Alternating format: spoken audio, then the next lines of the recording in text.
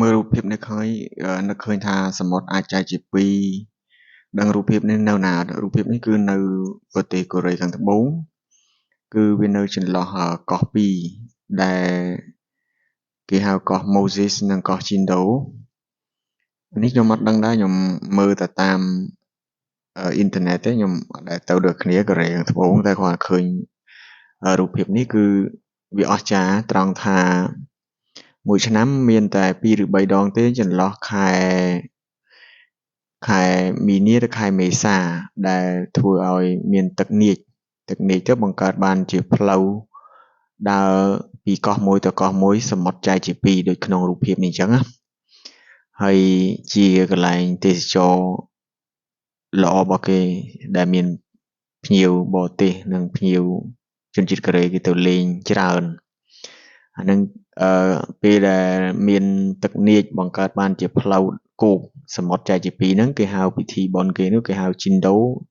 Sea Parting Festival បាទនៅពេលនោះមានមនុស្សកកកុញរងចាំដើររើសងាវរើសចាប់ក្តាមចាប់អីពេលទឹកស្រកហ្នឹងណាបាទហើយបើតាមរឿងនិទាននោះគេថា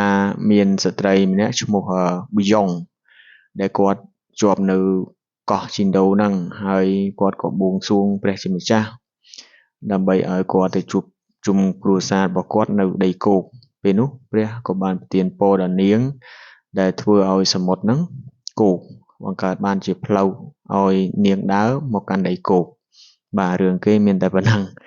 អរគុណច្រើននេះគឺជា